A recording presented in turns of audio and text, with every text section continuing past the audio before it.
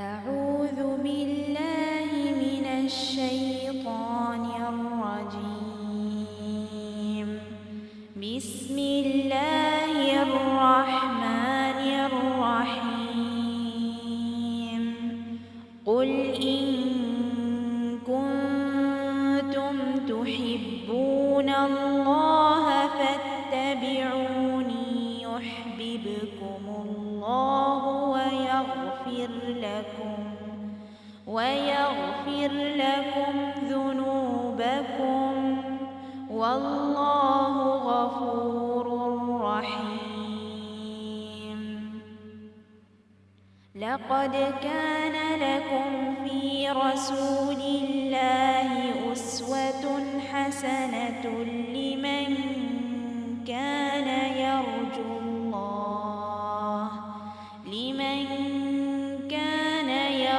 الله واليوم الآخر وذكر الله كثيرا. صدق الله العظيم.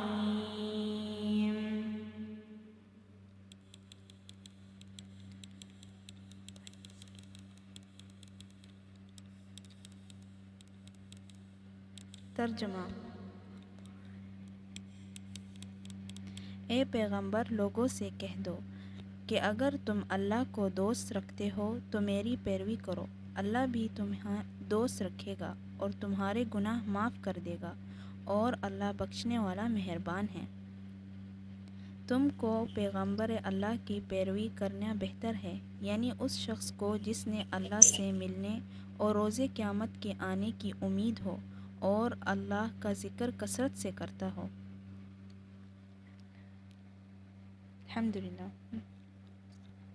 الحمدللہ، جزاکم اللہ خیر کثیر و احسن الجزاء۔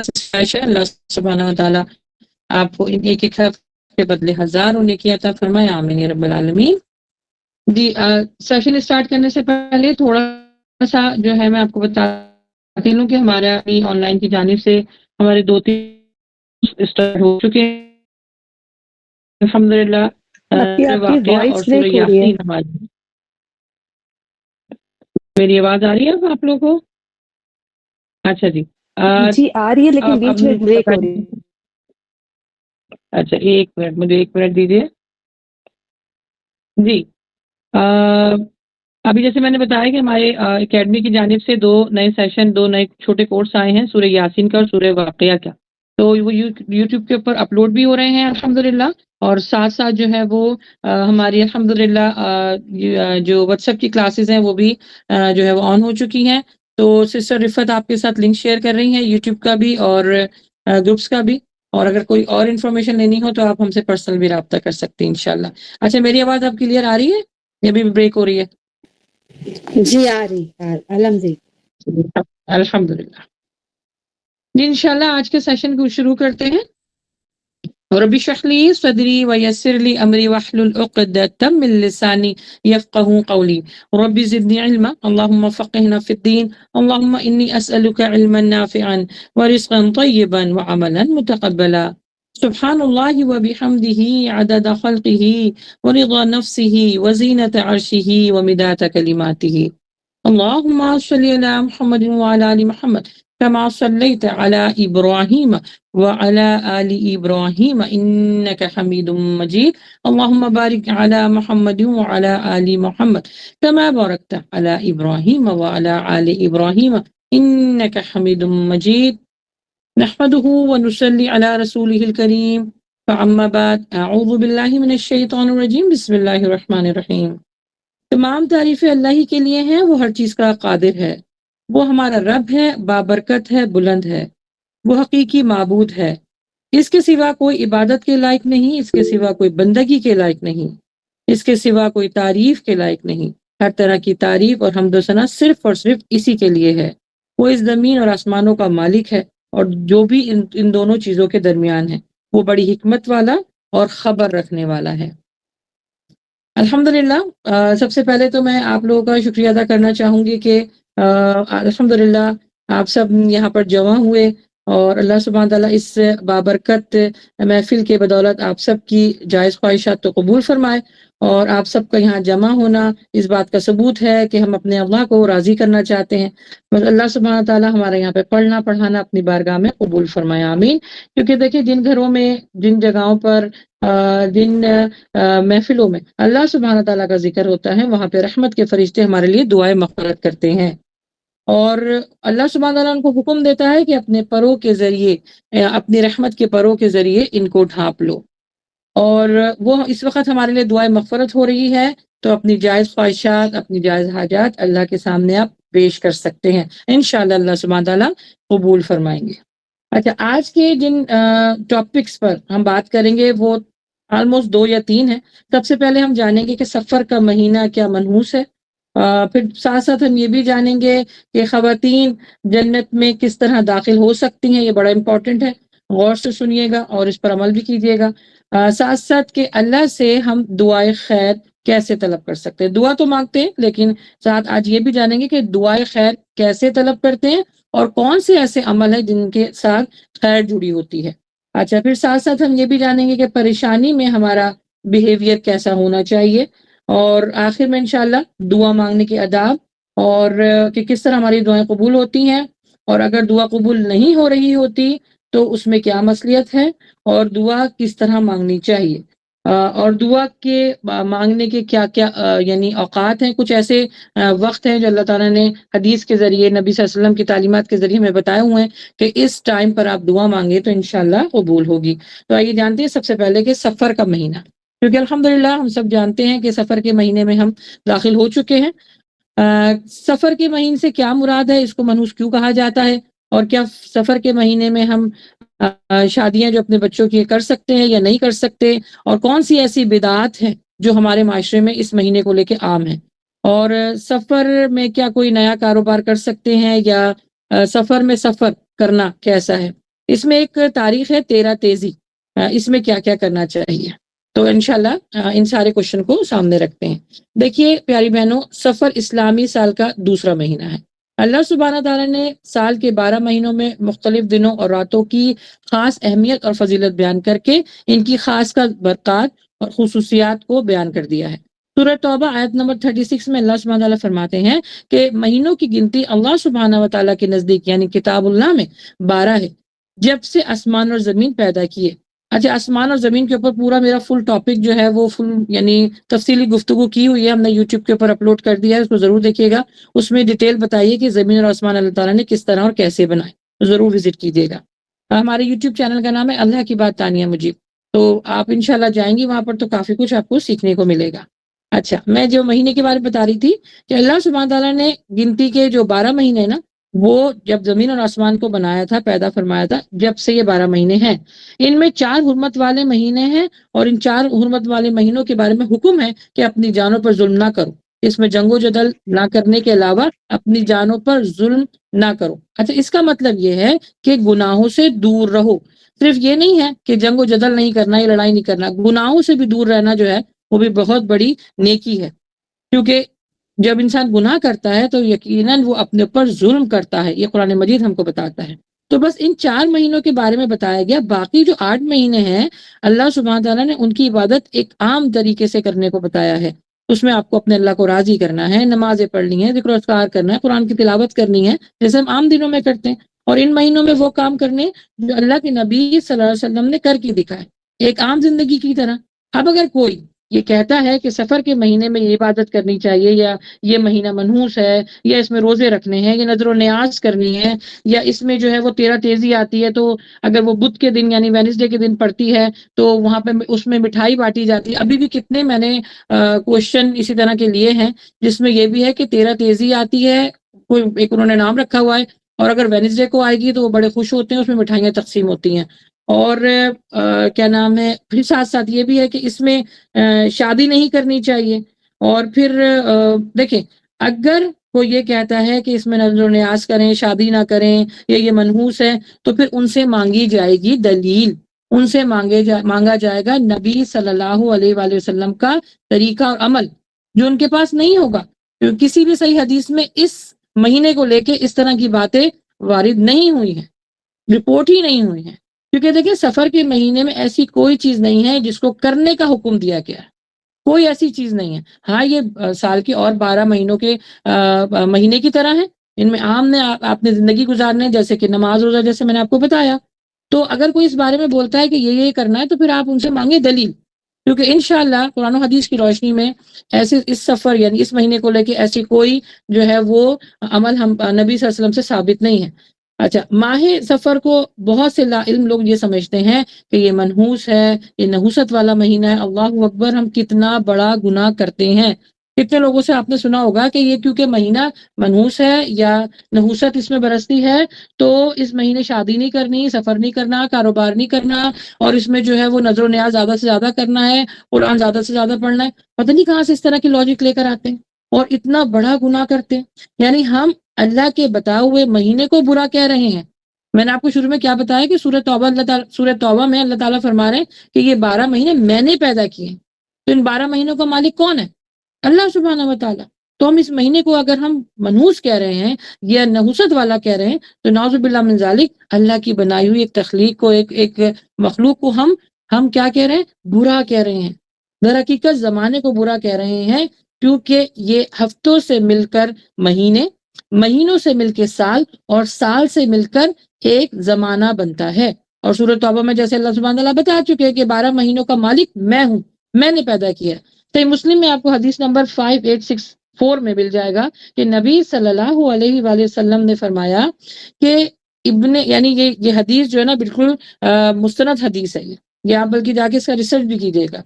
اللہ سبحانہ تعالیٰ ارشاد فرماتے ہیں ابن آدم مجھ کو ایذا دیتا ہے، وہ یہ کہتا ہے کہ ہائے زمانے کی نامرادی، یعنی وہ زمانے کو برا کہتا ہے، اور زمانے کا مالک تو میں ہوں، رات کو دن میں پلٹتا ہوں۔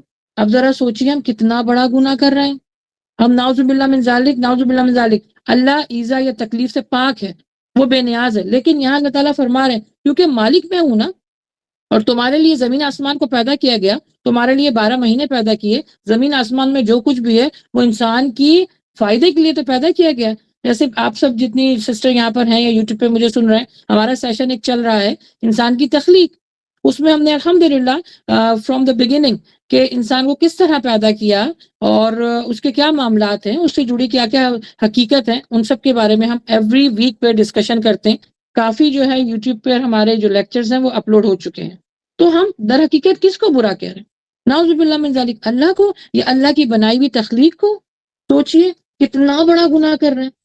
اب پھر یہاں پر ایک اور بات آ جاتی ہے کہ شادی بیاہ نہیں کرنا۔ اچھا بھائی، اس کی دلیل آپ لائیے۔ دیکھیں جس طرح کی شادیاں ہم کرتے ہیں وہ تو عام دنوں میں کرنا بھی گناہ ہے۔ لڑکا لڑکی ڈانس کر رہے ہیں، ڈھول بج رہے ہیں، اور مرد عورت ایک ساتھ بیٹھے ہیں۔ اب تو جو ہے وہ فوٹو سیشن ہونے لگ گیا ہے، دلہن کو علیحدہ کر کے۔ میرے پاس کسی نے پچھلے دنوں ایک ویڈیو بھیجی تھی کہ کیا یہ درست ہے؟ دلہن کو دلہا سے علیحدہ کر دیا جاتا ہے اور نکاح کے بعد، اور وہ کس کے سامنے جو ہے وہ پوز دکھا رہی ہے؟ ایک نامحرم کے سامنے جو اس کا فوٹو سیشن کر رہا ہے۔ تو اس طرح کی شادیاں تو عام دنوں میں کرنا گناہ ہے، تو پھر کسی مہینے کو لے کر ہم یہ کیوں کہیں کہ اس طرح کی شادیاں اس مہینوں میں نہیں ہو سکتی؟ عام دنوں میں بھی ہم اگر یہ شادیاں کرتے ہیں تو نعوذ باللہ من ذالک ایک بہت پیاری زندگی کو ہم اللہ سبحانہ تعالیٰ کی نافرمانی سے شروع کرتے ہیں۔ اس کے بھی پورے سیشن الحمدللہ ہمارے یوٹیوب کے اوپر جو ہے وہ اپلوڈ ہو چکے ہیں، لیکچر آج کی لڑکی کل کی ماں۔ اس میں ہم سارے سیشن کو کور کر رہے ہیں کہ کس طرح شادیاں کرنی چاہیے، بچوں کے رشتے کس طرح ہونے چاہیے، شادی سے پہلے جنسی تعلیم بچہ اور بچی کو دینا بہت ضروری ہے۔ تو پلیز یوٹیوب کے اوپر ضرور وزٹ کیجئے، یہ ساری انفارمیشن آپ کو وہاں پہ مل جائے گی۔ پھر اس مہینے میں ایک تاریخ آتی ہے، آپ لوگ بھی جانتے ہوں گے، انڈیا میں پاکستان میں یہ تاریخ کو بڑا منایا جاتا ہے، 13 تیزی کا نام دیا گیا۔ واللہ عالم کہاں سے یہ لے کر آئے یہ 13 تیزی کا۔ اس میں نا کالے چنوں کو بوائل کر کے یعنی پکا کر اور لوگوں کے گھروں میں بانٹا جاتا ہے، اور کچھ لوگوں کو تو میں نے سنا ہے کہ 13 گھروں میں بانٹا جاتا ہے۔ اب یہ کہاں سے؟ یہ سب ہندوانہ رسمیں ہیں۔ جو انڈیا میں رہتے ہیں وہ مجھے اس بات کو بڑے اچھی طریقے سے انڈرسٹینڈ کر سکتے ہیں، بلکہ پاکستان میں بھی کیونکہ اب یہ بہت عام ہو گیا ہے تو ہم سمجھتے ہیں یہ دین کا حصہ ہے۔ نہیں، یہ بدعات ہیں، یہ کرنا گناہ ہے۔ روز محشر اللہ سبحانہ و تعالیٰ ایسے لوگوں کو جہنم سے نکالنے کے لیے سوچے گا بھی نہیں، نبی صلی اللہ علیہ وسلم کو شفاعت کے لیے منع فرما دے گا۔ اور اس میں اس کی حقیقت کیا ہوگی؟ اس کی اللہ سبحانہ تعالیٰ کیا فرمائیں گے کہ اے نبی صلی اللہ علیہ وآلہ وسلم، آپ ان کی شفاعت نہیں کروا سکتے، کیونکہ آپ کے جانے کے بعد انہوں نے دین میں بدعت کی تھی، ایڈیشن کی تھی، اپنی مرضی کا دین فالو کیا تھا اور لوگوں سے کروایا تھا۔ ایسے لوگوں کی شفاعت نہیں ہوگی، وہ جہنم کے نچلے درجے میں گرا دیے جائیں گے۔ تو اس کو کہنا منحوس، اس کو کہنا نحوست والا، اس مہینے کی نحوست سے بچنے کے لیے کیا کرتے ہیں، زیادہ سے زیادہ قرآن پڑھا جاتا ہے۔ قرآن تو آپ پڑھیے، لیکن اگر وہی بات ہے کہ سرٹن ٹائم سرٹن مہینے کو لے کر آپ یہ بات کریں گے تو پھر دلیل پوچھی جائے گی، اللہ کے نبی صلی اللہ علیہ وسلم کا عمل پوچھا جائے گا۔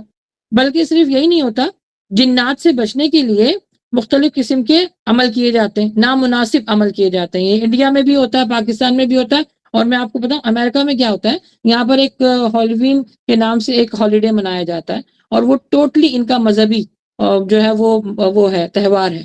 اور وہ یہ ہوتا ہے کہ وہ مختلف قسم کے شیطان کے روپ ڈھالے جاتے ہیں، اور سامنے جو وہ کینڈیز رکھی جاتی ہیں گھر کے آگے، یہ کہ ہم شیطان کو خوش کر رہے ہیں۔ اور وہ مختلف بچے جو ہیں وہ مختلف گیٹ اپ کر کے آتے ہیں، وہ کینڈی اٹھاتے ہیں، پھر ان کو تنگ نہیں کرتے۔ تو یہ ان کا مذہبی تہوار ہے۔ اب یہ دیکھیں، ایک ڈفرینٹ طریقے سے چور راستے سے ہم نے بھی تو داخل کر دیا۔ یہ ہندوانہ رسمیں بھی ہیں، ہندوؤں کے اندر بھی ایک اس طرح کا تہوار ہے کہ وہ شیطانوں سے بچنے کے لیے ان کو خوش کرتے ہیں۔ یہ کرسچن کے اندر بھی یہی ہے کہ وہ شیطانوں سے بچنے کے لیے شیطانوں کو خوش کرتے ہیں۔ وہ نعوذ باللہ من ذالک، ہم بھی تو یہ کر رہے ہیں۔ اللہ اکبر۔ جنات سے بچنے کے لیے اللہ کے نبی صلی اللہ علیہ وسلم نے طریقہ بتایا ہے۔ اگین اس کا بھی لیکچر جو اس کی تفصیلی گفتگو میں نے کی ہے، وہ بھی آپ کو جنات کیا ہیں، ان کی حقیقت کیا ہے، شیطان ان میں سے کیسے نکلا، جنات کے کیا کیا کانسیپٹ ہے، ان کے اوپر ایمان لانا، یہ سب کچھ جو ہے وہ اپلوڈ کر دیا گیا ہے۔ تو جنات سے بچنے کے لیے نامناسب جو ہے وہ عمل کیا جاتا ہے۔ سورہ مزمل کو 13 مرتبہ پڑھا جاتا ہے، اس نیت سے کہ ہمارے اوپر سے بلائیں، مصیبتیں، پریشانیاں ختم ہوں۔ اگین سورہ مزمل کو آپ پڑھیے، روزانہ پڑھیے نا، صرف ایک دن۔ نبی صلی اللہ علیہ وسلم کو اس میں حکم دیا گیا ہے کہ تہجد پڑھیں، تہجد تو ہم نہیں پڑھتے، سورہ مزمل کو ہم پڑھ رہے ہیں اپنے طریقے سے۔ اس میں تو طریقہ بتایا گیا کہ نماز آپ کس طرح پڑھ سکتے ہیں۔ نبی صلی اللہ علیہ وسلم کے اوپر تہجد جو تھی وہ فرض تھی، ہم تو ان کی اتباع میں پڑھتے ہیں، ان کی محبت میں پڑھتے ہیں۔ لیکن آپ مجھے بتائیے اپنے ایمان سے کہ کتنے لوگ جو ہیں وہ تہجد کے جو ہے وہ پسندیدہ اس کو سمجھتے ہیں، اور تہجد کو جو ہے وہ ان کا عمل اس میں اس رات کے لیے جو ہے وہ پختہ ہے، یعنی تہجد مستقل پڑھتے ہیں۔ کتنے ہی لوگ ہوں گے نہیں پڑھتے۔ تو جو چیز بتائی نہیں گئی ہے وہ اگین، جو چیز اللہ سبحانہ تعالیٰ نے غیب میں رکھی ہے اس کے پیچھے پیچھے ہم بھاگتے ہیں، اور جو قرآن کھلا ہوا ہے اس کو بند کر کے بیٹھے ہوئے ہیں۔ کتنا بڑا ہمارے لیے جو ہے وہ المیہ ہے، کتنا بڑا گناہ ہے ہمارے لیے۔ تو سورہ مزمل کو 13 مرتبہ پڑھی جاتی ہے۔ اچھا، لوگوں کو بلا کے پڑھائی جاتی ہے۔ کتنے لوگ ہیں ان کو سورہ مزمل ہی پڑھنی نہیں آتی؟ تجوید کا آپ کو پتہ ہے پاکستان اور انڈیا میں لوگوں کو کانسیپٹ ہی نہیں، ابھی بھی لوگ تجوید نہیں سیکھتے ہیں۔ تو گھروں میں بلایا جاتا ہے، وہ 13 دفعہ جو ہے وہ سورہ مزمل پڑھتے ہیں، پھر ان کو کھانا دیا جاتا ہے، وہ فاتحہ ہوتی ہے۔ اس طرح کی کتنی جو ہے بدعات ہمارے معاشرے میں عام ہے۔ پھر عورتوں سے کہا جاتا ہے، اچھا یہ بڑا امپورٹنٹ، یہ میرے پاس سوال آیا تھا اس لیے میں نے اس کو بیچ میں رکھا، کہ عورتوں سے کہا جاتا ہے کہ یہ مہینہ آپ کے شوہروں کے لیے بھاری ہے۔ میں ہی پوچھتی ہوں پھر اگین کہاں سے آئی یہ بات آپ کے پاس؟ اگر اپنے شوہروں سے بات کریں تو وہ بولیں ایک مہینہ کیا جس طرح کی ہم بیویاں ہیں تو وہ تو پورے سال کیا پوری زندگی ان کے لیے بھاری ہونی چاہیے، اللہ معاف فرمائے۔ یہ کہاں سے یہ چیزیں لے کر آتے ہیں؟ اگین یہ ہم ہندوؤں سے سیکھ رہے ہیں۔ پیاری بہنوں، ہم کس طرف جا رہے ہیں؟ ہم اپنے اتنے پیارے دین کو چھوڑ کر، جس میں آسانیاں ہیں، جس میں ہمیں اجر ہے، جس میں اللہ کی محبت ہے، جس میں نبی صلی اللہ علیہ وسلم کی آزمائشیں ہیں، تکلیف ہے، ان کی پوری حیات طیبہ آپ دیکھ لیجیے، جو کچھ انہوں نے کیا یا ان کے اوپر ہوا وہ سب ہمارے لیے کیا گیا تھا نا، ہمیں سکھانے کے لیے کیا گیا تھا۔ چھوڑ دیا ہے ہم نے وہ سب کچھ۔ ہم کس کو جو ہے فالو کر رہے ہیں؟ ہندوؤں کو فالو کر رہے ہیں، کرسچن کو فالو کر رہے ہیں، جو خود کہتے ہیں۔ اب دیکھیں، جب ہم اپنے بچوں کی تربیت کر رہے تھے، اور ابھی بھی کرتے ہی ہیں میں اور میرے ہسبینڈ، تو ہم اپنے بچوں کو ایک ہی چیز بتاتے ہیں کہ بیٹا اپنی ویلیوز کے لیے نا آپ کو پتا ہونا چاہیے کہ ہو یو آر، آپ کو پتا ہونا چاہیے کہ ہم کون ہیں۔ جب آپ اپنی رسپیکٹ کرو گے نا تو پھر every body will respect you. یاد رکھیے گا، جب آپ کو اپنے دین کے بارے میں پتا ہوگا، آپ کو اپنی شخصیت کے بارے میں پتا ہوگا، اور اس کو آپ فالو کر رہے ہوں گے، تو یقین جانے اللہ برکت بھی ڈالتا ہے، اور ساتھ ساتھ لوگ آپ کی جو ہے رسپیکٹ کرتے ہیں۔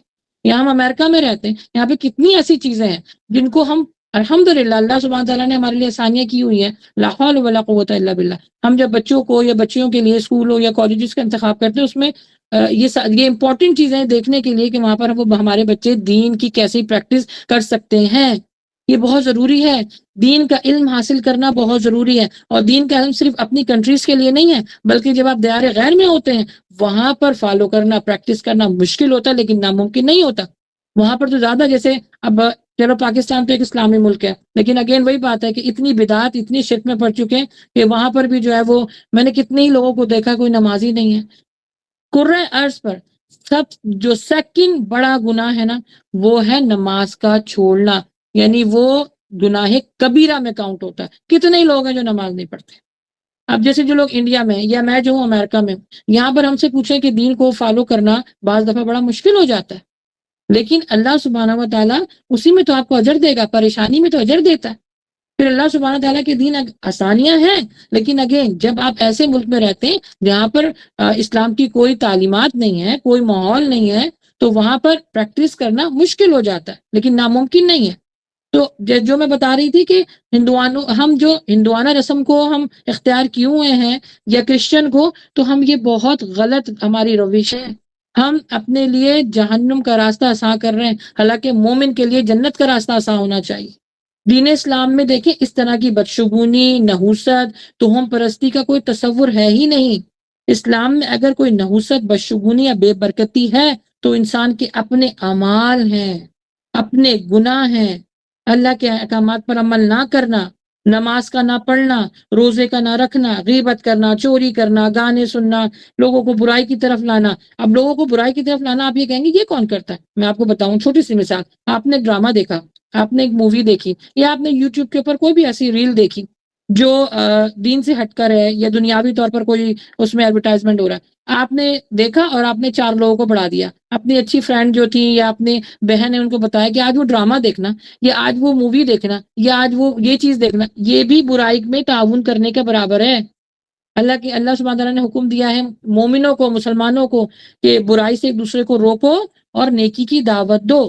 تو لوگوں کو ہم چھوٹی چھوٹے عمل ہم سمجھ کے کرتے ہیں، لیکن وہ بھی گناہ کی طرف جا رہے ہوتے ہیں. کسی کو آپ نے یہ کہہ دیا وہ گانا سن لینا، اب اس نے وہ گانا سنا نا، آپ کے لیے بھی گناہ جاری ہے اور اس کے لیے بھی گناہ جاری ہے. تو ان طرح کے معاملات اور عمل کرتے ہوئے بھی 10 دفعہ ضرور سوچیے گا. پھر اگین برائی کو برائی جاننا ہم چھوڑ دیتے ہیں. یاد رکھیں جب برائی کو برائی جاننا چھوڑ دیں گے نا تو وہ گناہ بن جاتا ہے. اور گناہ کو گناہ ضرور جانیں. صبح سے لے کے شام تک سب سے پہلے تو اٹھ کر نیت کریں کہ اللہ سبحانہ تعالیٰ میرے دن بھر کے کام جو ہے میں تیری رضا کے لیے کرنا چاہتی ہوں جائز خان. اللہ سبحانہ تعالیٰ اس میں برکت دے دے اور میرے لیے آسانی فرما دے خیر کے ساتھ. دعا مانگا کریں صبح اٹھ کے. ہم تو بس منہ پہاڑ سر چاہٹ جیسے اٹھتے ہیں اور اٹھ کے جو ہے وہ بس جلدی جلدی جو اپنی زندگی وہ یعنی جو دن ہے وہ شروع کر لیتے ہیں. نہ نماز پڑھنا، نہ دعا پڑھنا، نہ اللہ سے خیر کی دعا مانگنا، بس اٹھے اور جلدی جلدی جلدی سارے کام کیے. جب آپ دیر سے اٹھیں گے تو آپ کا دن بھی دیر سے شروع ہوگا. تو یہ ساری نحوست ہے، یہ ہے ایکچولی نحوست. اللہ سبحانہ تعالیٰ کے احکامات پر عمل نہ کرنا. مہینوں کے اندر کوئی نحوست نہیں ہے، یہ کیونکہ اللہ کے بنائے ہوئے مہینے ہیں. نحوست ہمارے اعمال کے اندر ہے. گناہ کو گناہ ضرور جانیے، کیونکہ گناہ کو گناہ جب آپ جانیں گے تو آپ توبہ کریں گے. جب آپ توبہ کریں گے تو اللہ سبحانہ و تعالیٰ آپ سے راضی ہوگا. اور ایک چیز اور کہ اس مہینے میں کہا جاتا ہے کہ اس مہینے میں بہت ساری آسمان سے جو ہے وہ بلائیں، مصیبتیں، بیماریاں اترتی ہیں. اگین یہ کس حدیث میں لکھا ہے؟ روزانہ اترتی ہیں بلائیں، مصیبتیں، آزمائشیں روزانہ اترتی ہیں. اسی لیے تو صبح شام کے ذکر و اذکار ہیں. صبح شام کے ذکر و اذکار آپ جب پڑھیں، اور جب میں پلیز آپ سے کہوں گی صبح سے آپ ذکر و اذکار پڑھنا شروع کر دیجئے. یہ میرا اپنا تجربہ ہے. کچھ چیزوں میں بعض دفعہ میرے لیے بھی پرابلم آتی ہے، تو صبح شام کی جب اذکار ہم نے کرنے شروع کیے، یقین جانیں اگر وہ کام نہیں ہوا نا، لیکن اللہ تعالیٰ نے اس میں ہمیں خیر دکھا دی. اللہ سبحانہ تعالیٰ نے اس میں ہمیں برکت دکھا دی اور ساتھ ساتھ سکون دے دیا. کیونکہ کوئی چیز آپ سے جب روٹتی ہے، چلی جاتی ہے آپ کی زندگی میں، تو آپ بڑے پریشان ہوتے ہیں نا، آپ سکون مانگتے ہیں. صبح شام کے اذکار کیجئے، سکون آپ کو ملے گا، ضرور ملے گا. اور جو چیز آپ مانگیں گے اس میں صبح شام کے ذکر و اذکار کا ترجمہ آپ ضرور پڑھیے گا. اس میں یہ ہے کہ اللہ سبحانہ تعالیٰ میں تیرے نام کے ساتھ ذکر و اذکار کرتا ہوں، یہ تیرے نام کے ساتھ میں جو ہے وہ دن شروع کر رہا ہوں، یہ تیرے نام کے ساتھ یہ شام کو میں ختم کر رہا ہوں. اتنے پیارے پیارے الفاظ ہیں نا. یقین جانیے کر کے آپ دیکھیے. اور رات کو سونے سے پہلے سورہ بقرہ کی آخر کی 2 جو آیتیں ہیں وہ ضرور پڑھیں، وہ پورے آپ کے دن کے لیے کفایت کر جائے گی، اور جو کچھ آپ مانگیں گے آپ کو ملے گا. اور یہ اگین سورہ بقرہ کو ہم نے اس کا تجوید کے ساتھ حفظ کروایا ہوا ہے، اس کا بھی جو ہے وہ پورا آپ کو کورس مل جائے گا. سورہ بقرہ کا بھی پورا مل جائے گا، اور 2 آخر کی جو آیتیں ان کا بھی کورس آپ کو یوٹیوب کے اوپر مل جائے گا. اچھا، تو میں بتا رہی تھی کہ بلائیں مصیبتیں اترتی ہیں تو اس کے لیے اللہ کے نبی صلی اللہ علیہ وسلم کا طریقہ یہ تھا کہ وہ صبح شام کے ذکر و اذکار کرتے تھے. ذکر و اذکار ایسے ہیں، جیسے میں آپ کو ایک اور مثال دوں. آپ نے اپنا گھر بنا لیا، ٹھیک ہے، نیا نیا گھر آپ نے بنا لیا، بلڈ کروا لیا، اس میں آپ نے کھڑکیاں اور دروازے نہیں لگوائے. اب اس میں سے پانی بھی آ رہا ہے، اس میں سے گندگی بھی آ رہی ہے، چور ڈاکو کا بھی جو ہے وہ اس میں خطرہ ہے، اور واقعی جو ہے یہ خطرے آپ کے بڑھ گئے. اور اگر اس طرح کے کوئی نقصان آپ کو پہنچ جاتے ہیں تو آپ لوگوں سے شکایت کرتے پھرے، میں نے تو اپنا گھر بنا لیا تھا، دیواریں بھی بن گئی تھی، چھت بھی بن گئی تھی، زمین بھی، لیکن پھر بھی میرے گھر میں جو ہے وہ گندگی آ گئی، چور آ گیا، ڈاکو آ گیا. تو لوگ آپ سے پوچھیں گے آپ نے دروازہ بند کیا؟ آپ بولیں گے میں تو دروازہ ہی نہیں لگایا، اس میں نے تو ڈور ہی نہیں لگایا. جب آپ اپنے گھر کی پروٹیکشن کریں گے نہیں تو ان سب چیزوں سے کیسے بچیں گے؟ سیم یہی ہے.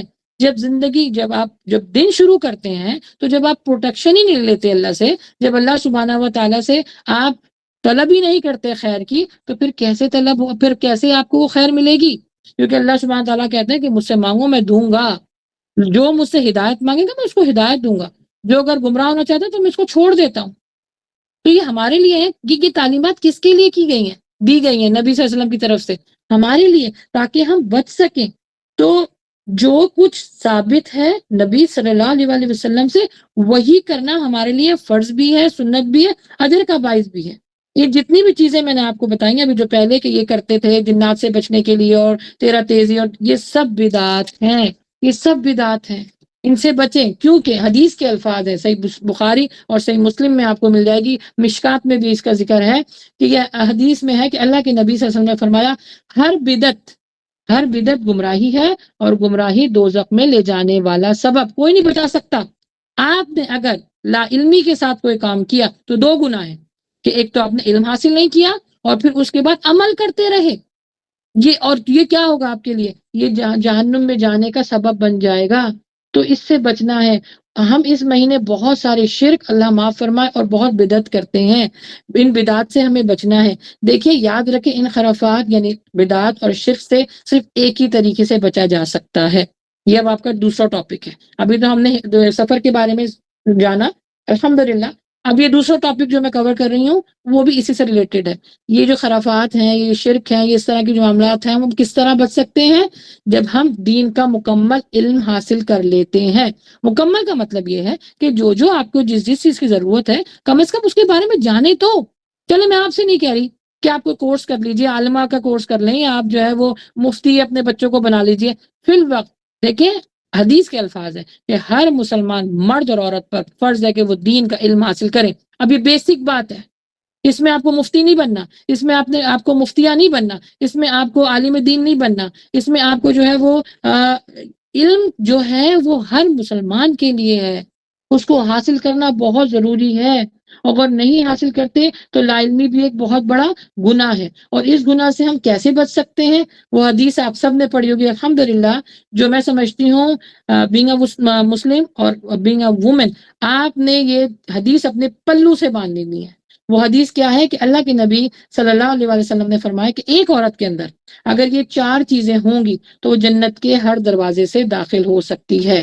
یہ نبی صلی اللہ علیہ وسلم، میرے اور آپ کے پیغمبر، نبی، معلم، عالم ہمیں بتا رہے ہیں کہ جس عورت نے یہ 4 چیزیں اپنے اندر داخل کرنی، پیدا کر لی، اس پر عمل کرنا شروع کر لیا، وہ جنت کے ہر دروازے سے جا سکتی ہے.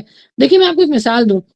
ابھی میں آپ کو جو ہے وہ ایک اناؤنسمنٹ کر دوں کہ ابھی کچھ ہی دیر بعد اگر کوئی 10 منٹ 15 منٹ یا 20 منٹ بیٹھ کے صرف ٹی وی دیکھے گا تو اس کو جو ہے حکومت پاکستان یا انڈیا یا جہاں پہ بھی آپ ہیں، آپ کو جو ہے وہ 1 لاکھ روپے ملے گا. یقین جانے ہم جیسے لوگ اللہ معاف فرمائے ٹی وی کے آگے سے ہٹیں گے نہیں. یہاں نبی صلی اللہ علیہ وسلم اعلان فرما رہے ہیں کہ ایک عورت کے اندر یہ 4 چیزیں ہوں گی تو جنت میں داخل ہو سکتی ہے.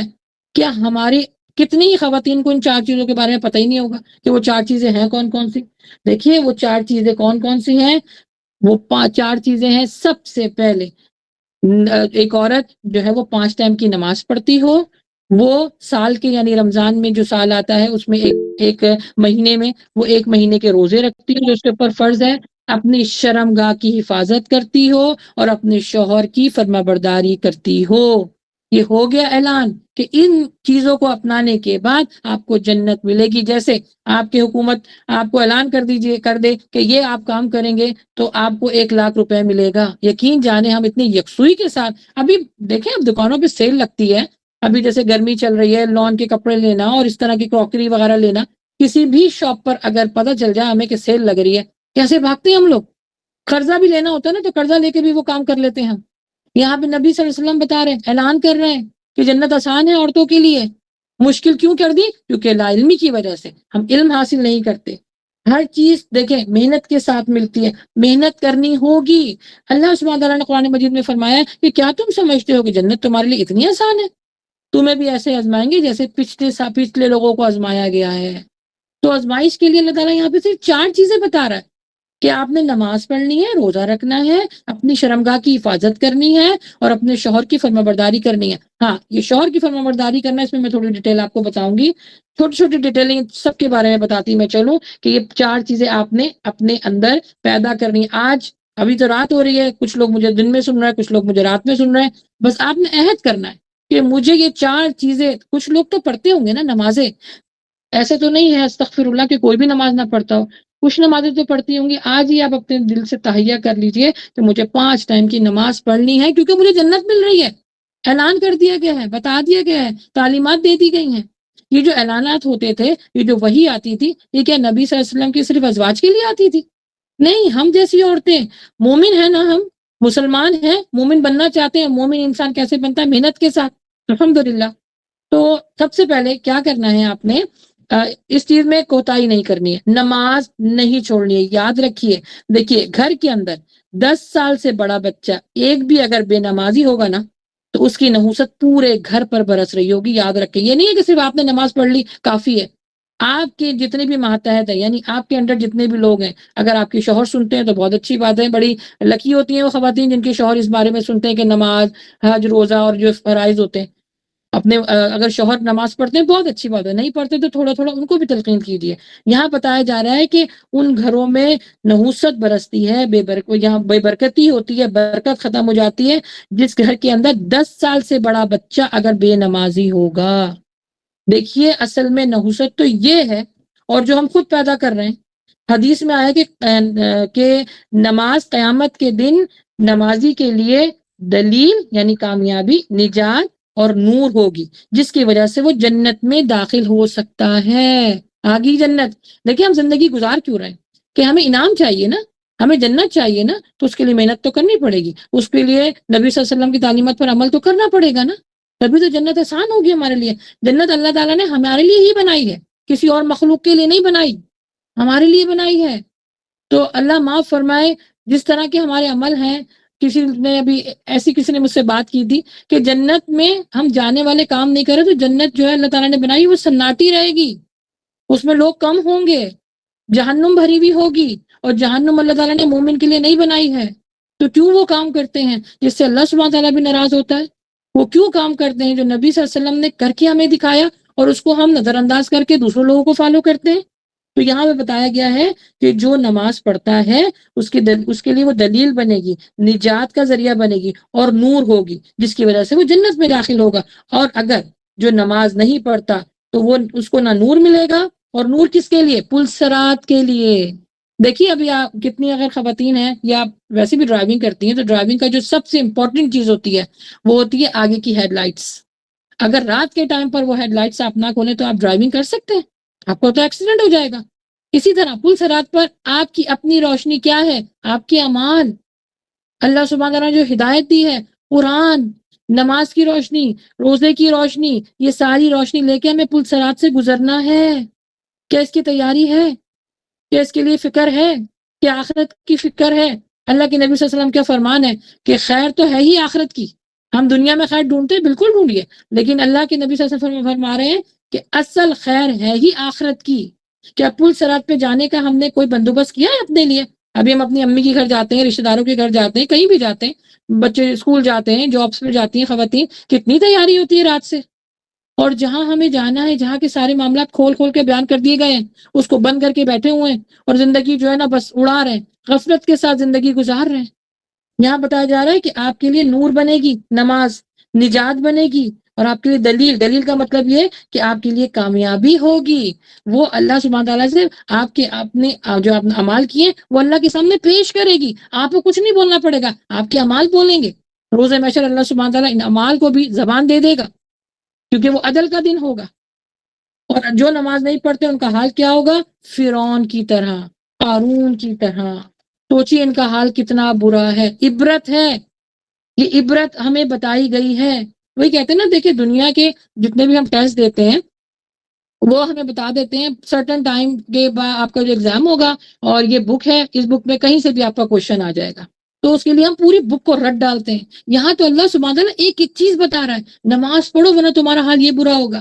ہمیں اندھیرے میں نہیں رکھا، اندھیرے میں ہم نے خود کیا ہے اپنے آپ کو۔ ہم نے اپنے جو ہدایت کی اللہ تعالیٰ نے جو ہم کو لائٹ دی، ہم بند کر کے بیٹھے ہوئے ہیں۔ ابھی دیکھیں لائٹ چلی جاتی ہے، اللہ معاف فرمائے، کس نے بڑی پیاری پوسٹ میرے ساتھ شیئر کی تھی کل، کہ اگر ہماری ابھی لائٹ چلی جاتی ہے تو ایک دم سے بولتے ہیں اللہ، ہم اپنا فون ہی چارج کر لیتے ہیں۔ زندگی اسی طرح ختم ہو رہی ہے، جیسی آنکھیں بند ہوگی نا یہی افسوس ہوگا وہاں پر کہ یہ ہے اصل زندگی۔ حضرت علی کا یہ فرمان ہے کہ جب اس دنیا میں آنکھ کھلی تو میں نے کہا اب میں جاگا ہوں، اس دنیا میں تو میں سو رہا تھا۔ سوچئے، ایک فون، جیسے ہی لائٹ چلی جاتی ہے فون کی کیسے فکر ہوتی ہے؟ اپنی قبر کی فکر ہے، آخرت کی فکر ہے، اللہ کے سامنے کھڑے ہونے کی فکر ہے، عمل کر رہے ہیں، محنت کر رہے ہیں، نہیں کر رہے۔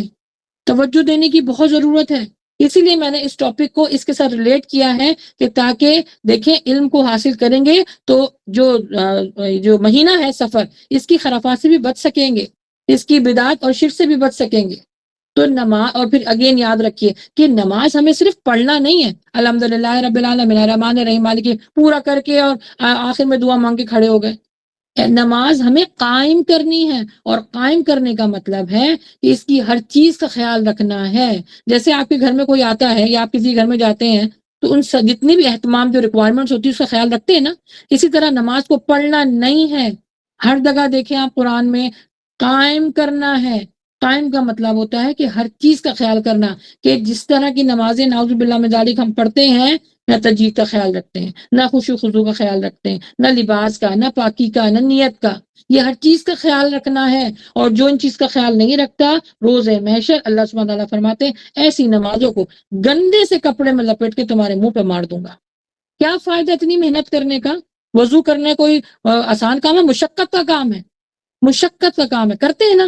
لیکن اگر وہ ہم ان ساری چیزوں کو جو اللہ سبحانہ تعالیٰ نے ہمارے پہ فرض رکھی ہیں، جو تعلیمات ہمیں دی گئی ہیں، اگر ہم ان کو سامنے رکھ کے نہیں کریں گے تو ایسے عمل کا کوئی فائدہ نہیں ہے، روز محشر ہمارے منہ پہ مار دی جائے گی۔ اور ایک اور بات، ہمارے ایمان اور کفر میں فرق صرف نماز کا ہے۔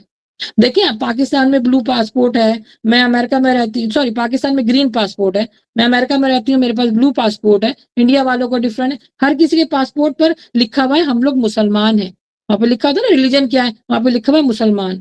لیکن اللہ کے پاس جو پاسپورٹ جا رہا ہے نام اعمال، اس میں اگر ہم نے نماز نہیں پڑھی پیاری بہنوں تو وہاں پر ہم کافر لکھے جا رہے ہیں، کیونکہ نبی صلی اللہ علیہ وسلم کی یہ حدیث ہے صحیح بخاری کی کہ ہمارے ایمان میں اور کفر میں فرق صرف نماز کا ہے۔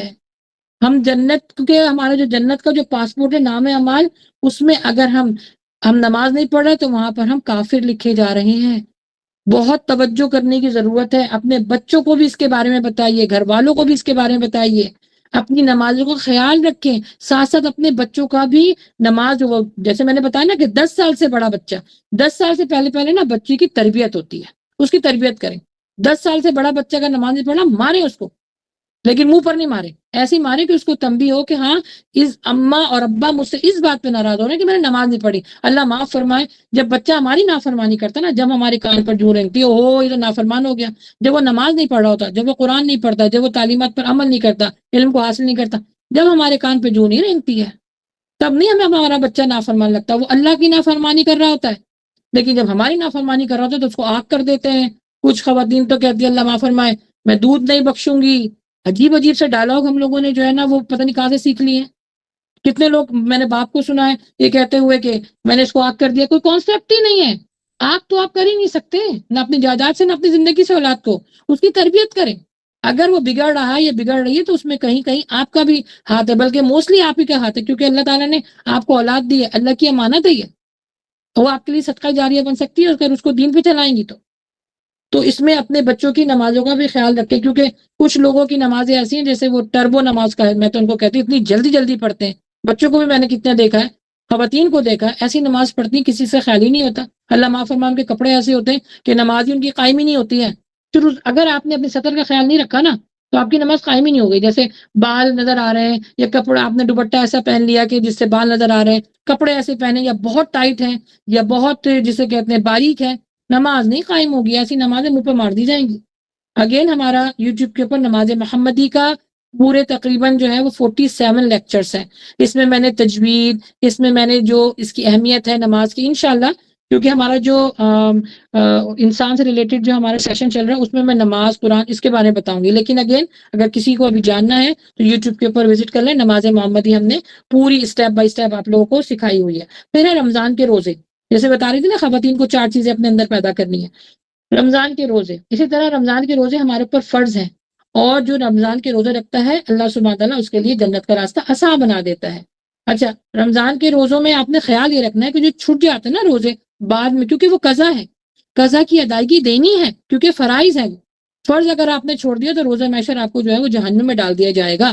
تو اپنے جب آپ کے جو روزے چھوٹ جاتے ہیں نا، جو پیریڈز کی وجہ سے بچیوں کے وہ خیال نہیں کرتی ہیں، پریگننسی میں بچیوں کو چھوٹ جاتے ہیں خواتین کے، تو پلیز وہ روزے رکھنے کے بھی بعد میں اہتمام کیجیے، کیونکہ روزے دار اللہ تعالیٰ نے فرمایا ہے کہ روزے دار کی دعاؤں کو میں رد نہیں کرتا. روزہ رکھ کر انسان گناہوں سے بچتا ہے، اللہ سبحانہ تعالیٰ رحمت کے دروازے کھول دیتا ہے. دیکھیے پیاری بہنوں، یہ صرف 4 چیزیں تو ہیں نا. کچھ میں بھی کہہ رہی ہوں نا کہ جب اس کا علم حاصل کر لیں گے تو آپ کو کرنے میں بھی مزہ آئے گا. ہاں، ہمیں ابھی کیوں مشکل لگتا ہے؟ کیونکہ علم ہی نہیں ہے. ہمیں لگتا ہے مشکل ہے، پتہ نہیں کون سا پہاڑ ہمیں توڑنا ہے. نہیں، یہ سب کر کے تو دیکھیں آپ، آسان ہے. دین ہمارا آسان ہے. نبی صلی اللہ علیہ وسلم کی حدیث ہے، اللہ سبحانہ تعالیٰ نے فرمایا کہ جو مومن جو ہے وہ جنت کے راستے پر چلتا ہے اس کے لیے میں وہ راستہ آسان کر دیتا ہوں. یہاں پہ یہ نہیں ہے کہ آپ کو ٹریول کرنا ہے گاڑی سے، راستہ کیسے آسان ہو جاتا ہے. یہ جتنے بھی اعمال ہیں نا، یہ جتنے بھی اللہ تعالیٰ نے احکامات دیے ہیں، یہ انسان پھر آسانی سے کرتا ہے. اللہ پھر اس کے لیے آسانی پیش کر دیتا ہے.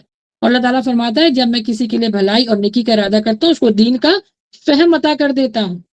تو اتنی آسانیاں ہیں دین میں، تو کیوں مشکل کر رہے ہیں؟ کیونکہ لا علم ہے. ہم لا علمی ایک بہت بڑا گناہ ہے، بچیں اس سے. پھر نمبر 3 ہے اپنی شرمگاہوں کی حفاظت کرنا. اللہ اکبر، یہ بہت امپورٹنٹ ہے. ایسی خواتین کو جنت میں دیکھا گیا ہے جو اپنے پستان، ان کے جو ہمارے جو سینے ہیں ان کے بل لٹکائی گئی ہیں، جو سینوں پہ دوپٹے نہیں ڈالتی. سورہ الاحزاب میں اس کی پوری ڈیٹیل ہے. ہمارا شرعی پردہ چل رہا ہے، اس میں نے یہ پوری ڈیٹیل بتائی ہوئی ہے کہ کیا کیا گناہ ہے، کس طرح پردہ کرنا ہے، کن لوگوں سے پردہ کرنا ہے، کب کب پردہ کرنا ہے. شرمگاہوں کی حفاظت کرنا بہت ضروری ہے. اس میں چاہے ہم سو رہے ہوں، ہم جاگ رہے ہوں، چل رہے ہوں، اٹھ رہے ہوں، بیٹھ رہے ہوں، باہر جا رہے ہوں، شوہر کے علاوہ باقی جتنے رشتے ہیں ان سب کے سامنے پردہ کرنا فرض ہے. اب اس کی مختلف نوعیت ہے کہ محرم کے ساتھ کس طرح اور نامحرم کے ساتھ کس طرح، تو یہ انشاءاللہ آپ کو جو ہے وہ ڈیٹیل مل جائے گی اگر آپ یوٹیوب پہ وزٹ کریں گے. تو اس کا حکم دیا گیا ہے. دیکھیں پیاری بہنوں، اور اللہ سبحانہ تعالیٰ نے عورت کو بڑا قیمتی بنایا ہے. حضرت آدم اسلام کی تخلیق میں جب جتنی خواتین مجھے بھی سن رہی ہیں جو سیشن کے حساب سے چلتی ہیں، حضرت آدم علیہ السلام کی تخلیق میں اللہ سبحانہ تعالیٰ نے جب بی بی حوا کو بنایا تو ان کے پہلو میں آرام سے پیدا کر دیا، اور وہ بڑی خوبصورت تھی، بہت خوبصورت تھی. اللہ تعالیٰ نے عورت کو قیمتی خوبصورت بنایا ہے، اور اللہ سبحانہ و تعالیٰ قیمتی چیزوں کو پردے میں رکھتا ہے. جیسے اللہ سبحانہ و تعالیٰ خود بھی پردے میں ہے. سیپ کا موتی آپ دیکھیں وہ بھی پردے کے اندر ہوتا ہے. خانہ کعبہ اس کو اللہ تعالیٰ نے غلاف میں رکھا ہے. انسان کی کھال، انسان کا جو جسم ہے اندر ہمارے جتنا بھی سسٹم ہے اس کو کھال سے اللہ تعالیٰ نے کور کیا، کیونکہ اندر کا جو سسٹم ہے بڑا نازک اور قیمتی ہوتا ہے. اس کے اوپر انسان کے اوپر پوری کھال چڑھا دی اللہ تعالیٰ نے. قرآن کو ہم جزدان میں رکھتے ہیں، جس کو ہم قیمتی سمجھتے ہیں اس کو بھی ہم پردے میں رکھتے ہیں. کیسے؟ قیمتی زیورات کیا ہوتے ہیں؟ بہترین باکس میں ہوتے ہیں. قیمتی گاڑی آپ دیکھیں گلیوں میں اور اسٹریٹ پہ آپ دیکھیں جو قیمتی اور بڑی مہنگی گاڑی ہوتی ہے اس کے اوپر کور چڑھا ہوتا ہے. قیمتی کپڑے، اچھے کپڑے الماری میں اچھی جگہ پہ رکھے جاتے ہیں، زیادہ پیسے ہم بینک میں رکھتے ہیں، تو یاد رکھیں ہر کھلی چیز کے اوپر کیڑے آتے ہیں، تو ہم قیمتی ہیں، ہمیں چھپنے کا حکم ہے، ہماری اہمیت ہی چھپنے کے اندر ہے، اللہ سبحانہ تعالیٰ نے اسی میں جنت رکھی ہے۔ پردہ کرنا ہم سب مسلمان عورتوں کے اوپر فرض ہے۔ کچھ لوگوں کو میں نے کہتے ہوئے سنا ہے کہ جو حکم آیا تھا نا، وہ جو نبی صلی اللہ علیہ وآلہ وسلم کی ازواج کے لیے آیا تھا، ان کی بیٹیوں کے لیے آیا تھا۔ اللہ اکبر، وہاں پہ مومن عورتوں کے بارے میں ذکر ہے۔ اگر جو اپنے آپ کو مومن نہیں سمجھتا تو ٹھیک ہے، وہ حکم اس کے لیے نہیں ہوگا۔ ہم مومن عورتیں ہیں، یہ حکم ہمارے لیے بھی ہے۔ یہ کہہ کے چھوڑ دینا، ہو سکتا ہے دنیا میں تو آپ کو اللہ تعالیٰ چھوڑ دے گا، آخرت میں نہیں چھوڑے گا۔ پردہ کرنے کا اہتمام کیجیے، اپنی بچیوں کو بھی اس کے بارے میں بتائیے۔ بہت ساری ثقافتین کو میں نے دیکھا ہے کہ وہ ننگا سر کر کے، یعنی آدھا سر پہ دوپٹہ ہے آدھا نہیں ہے، اذان ہوتی ہے سر پہ دوپٹہ پہن لیتی ہیں، اذان ختم ہوتی ہے اتار کے پھینک دیتی ہیں، بازار میں جا رہی ہوتی ہیں تو تھوڑی دیر کے لیے دوپٹہ وغیرہ لے لیتی ہیں، وہی بازار والا یا وہی شاپ والا یا وہی کزن گھر میں آتا ہے، بغیر دوپٹے کھڑی ہو جاتی ہیں۔ اللہ اکبر، اس کی اہمیت کو جانیے، کیونکہ اس سے ہماری جنت آسان ہو جائے گی۔ پھر کچھ خواتین میں نے دیکھا نیل پالش لگا کر وہ نماز پڑھ لیتی ہیں اور اپنی سطر کا خیال نہیں رکھتی ہیں۔ میں نے کہا نا، نماز کو قائم کرنے کے لیے ان ساری باتوں کا خیال رکھنا ہوگا۔ اور جو لاسٹ ون ہے وہ ہے شوہر کی اطاعت کرنا، ہر جائز باتوں میں، ناجائز باتوں میں نہیں، ہر جائز بات میں اپنے شوہر کی اطاعت کرنا ہے۔ یہ اللہ سبحانہ تعالیٰ کی طرف سے حکم ہے، اور اس میں آپ کے بچوں کی تعلیم و تربیت بھی آ جاتی ہے، کیونکہ دیکھیں مرد تو گھر سے باہر چلا جاتا ہے نا، عورت گھر کے اندر ہوتی ہے، تو اس کی ذمہ داری ہے کہ وہ اپنے شوہر کی عزت، اس کے مال، اس کے بچے، اپنی شرمگاہ، ان سب کی، کیونکہ وہ بیوی بھی جو ہے وہ شوہر کی ہو جاتی ہے، اس کی ذمہ داریوں میں آتی ہے، تو ان سب کا خیال رکھنا بہت ضروری ہے، اس کا اہتمام کریں، کیونکہ اللہ تعالیٰ نے شوہروں کا بڑا مقام بتایا ہے۔ انشاءاللہ پھر کبھی میں آپ کو شوہر کے جو مقام ہے اور جو بیوی کا، صرف شوہر، ابھی میں نے جیسے آپ کو بتایا آج کی لڑکی کل کی ماں ہمارا سیشن چل رہا ہے، ابھی آج انشاءاللہ نیکسٹ ویک تک یہ جو لیکچر ہے وہ اپلوڈ کر دیں گے کہ بیوی کے کیا حقوق ہیں، فرائض ہیں، اور اسی طرح شوہر کے حقوق اور فرائض کیا ہے۔ شادی سے پہلے یہ سب کچھ جاننا بہت ضروری ہے، تو اپنے شوہروں کی اطاعت کریں، لیکن اگر شوہر کہتا پردہ نہ کرو تو وہ بات آپ نے نہیں ماننی ہے، کیونکہ اللہ سبحانہ تعالیٰ فرماتے ہیں میری اطاعت کے سامنے کسی بندے کی اطاعت نہیں ہونا، نہیں کرنا، چاہے وہ ماں باپ کیوں نہ ہو، چاہے وہ شوہر کیوں نہ ہو، چاہے وہ بیوی کیوں نہ ہو۔ جہاں پر حکم آ گیا اللہ کا، پھر آپ نے کسی کی نہیں سننی ہے۔ جہاں پہ تعلیمات آ گئی نبی صلی اللہ علیہ وسلم کی، پھر آپ نے کوئی تعلیمات کو فالو نہیں کرنا سوائے نبی صلی اللہ علیہ وآلہ وسلم کی۔ اچھا، اگر یہ ہم 4 چیزوں کا اہتمام نہیں کرتے پیاری بہنوں، تو کیا ہوتا ہے ہمارے ساتھ؟ پریشانیاں آتی ہیں۔ جن احکامات پر عمل کرنے کو ہمیں فرض کہا گیا ہے، اگر ہم وہ نہیں کرتے ہیں تو ہماری زندگی میں پریشانی آتی ہے، کیونکہ اللہ تعالیٰ فرماتے ہیں یہ گناہ تمہارے اپنے ہاتھ کی کمائی ہے، یہ پریشانی تمہارے اپنے ہاتھ کی کمائی ہے، کیونکہ تم بچ نہیں رہے ہو گناہوں سے۔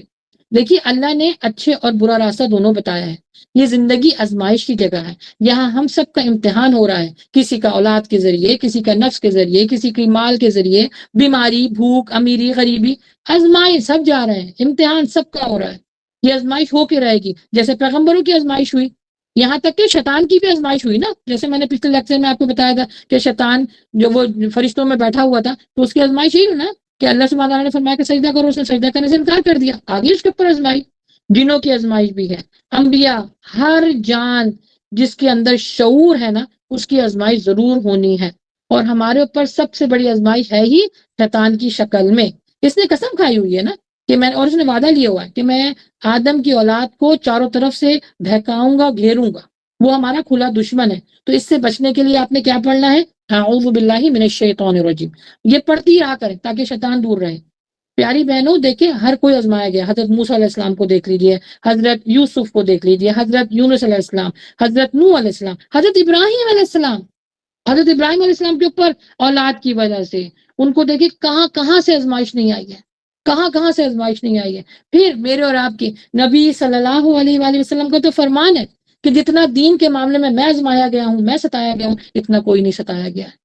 لیکن جب بھی پریشانی آئے تو آپ نے کیا کرنا ہے؟ تعلیمات کون سی؟ نبی صلی اللہ علیہ وسلم کی، سجدہ ریز ہو جائیے، اللہ سے مانگیے، اللہ ہی دینے والا ہے، اللہ ربی لا شریک لہ، پڑھنا شروع کر دیجیے اور خیر کے کام کرنا شروع کر دیجیے۔ جیسے حضرت موسیٰ علیہ السلام جب مدین پہنچے تھے تو ان کے پاس کچھ بھی نہیں تھا، آپ کو پوری اس کی ڈیٹیل قرآن مجید میں مل جائے گی، کچھ بھی نہیں تھا ان کے پاس، نہ گھر، نہ بار، نہ کھانے کو، نہ بیوی، نہ بچے، کچھ بھی نہیں تھا، اور جہاں سے وہ بھاگ کر آئے تھے وہاں پر انہوں نے ایک بندہ قتل کر دیا تھا، تو ان کے پاس کچھ نہیں تھا، لیکن انہوں نے خیر کا کام کیا. وہ 2 لڑکیاں جو کھڑی ہوئی تھی ان کے ساتھ انہوں نے نیکی کا کام کیا. اللہ سبحانہ تعالیٰ نے ان کی دعا بھی قبول کی، ان کی شادی بھی ہوئی، ان کے جو ہے وہ ان کو عزت بھی ملی، ان کو گھر بھی ملا، کھانے کو بھی ملا، سب کچھ ملا. موسیٰ علیہ السلام کی دعا ہے، اس کو بھی پڑھا کیا کریں. پھر دیکھیے انسان اپنی فطرت کے لحاظ سے خیر کو پسند کرتا ہے، لیکن جب انسان کے اوپر جب کوئی پریشانی آتی ہے نا تب وہ مایوس اور نا امید ہو جاتا ہے، نعوذ باللہ من ذالک. پھر بہت بڑا امتحان اس کا شروع ہو جاتا ہے، کیونکہ شیطان بھی نا امید ہوا تھا، اس نے تکبر کیا تھا، اور اللہ سبحانہ تعالیٰ نے اس کو رہتی دنیا تک عبرت کا نشان بنا دیا.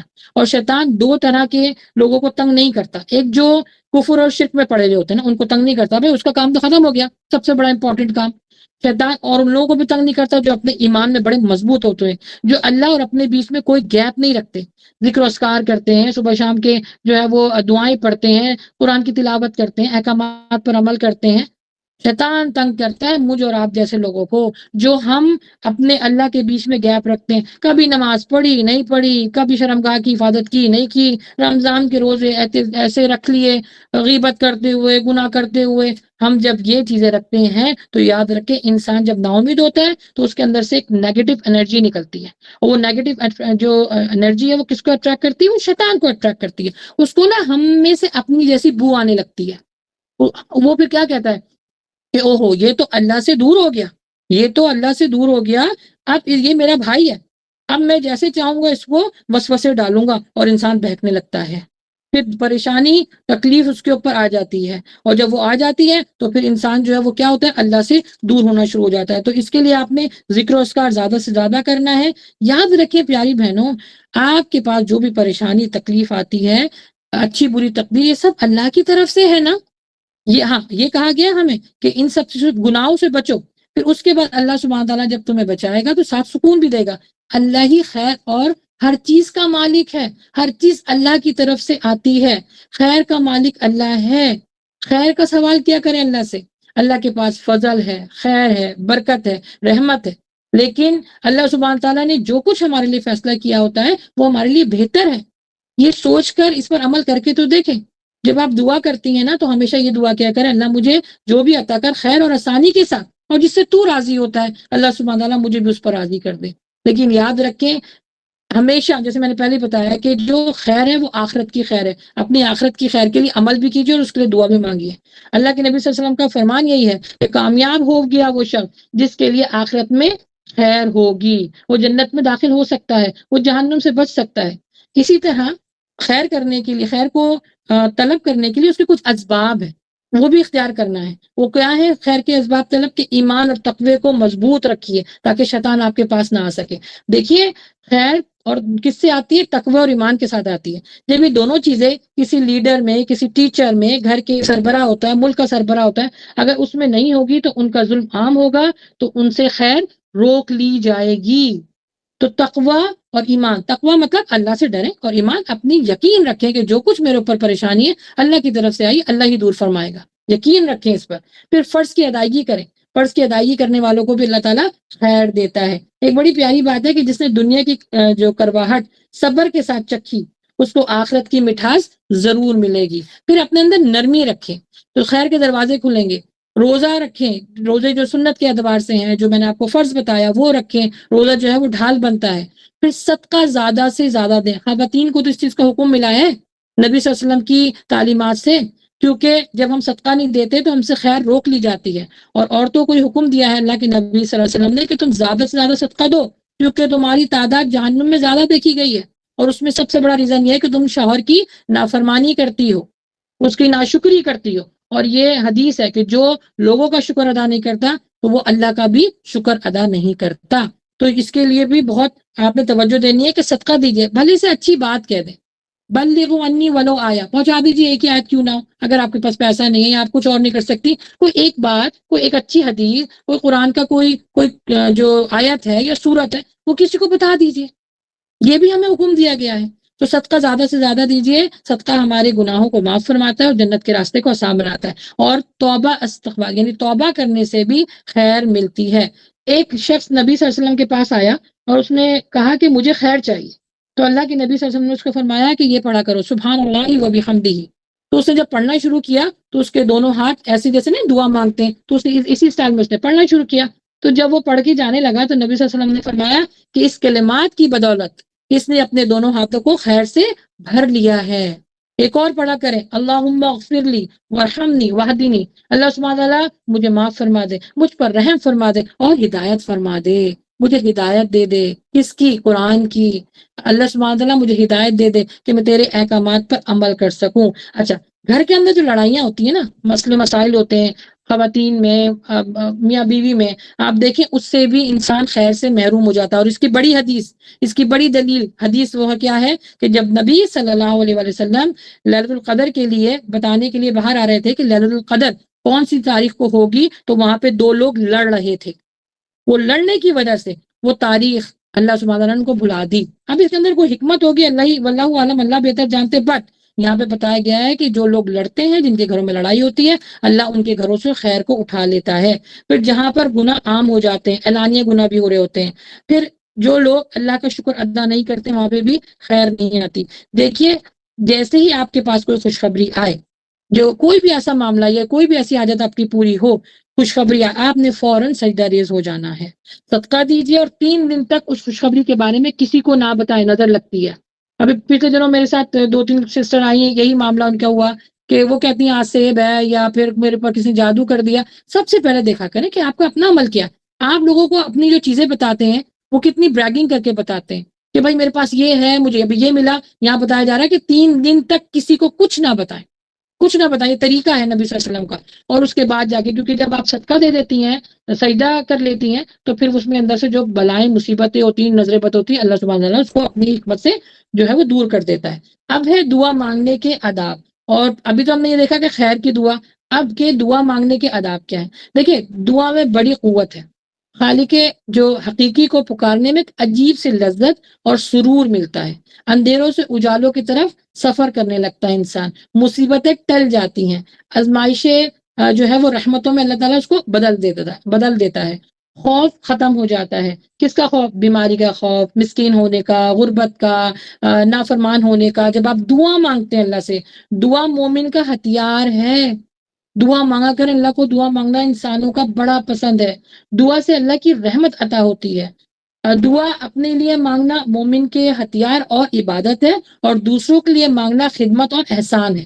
عبادت سے جنت اور خدمت سے اللہ ملتا ہے۔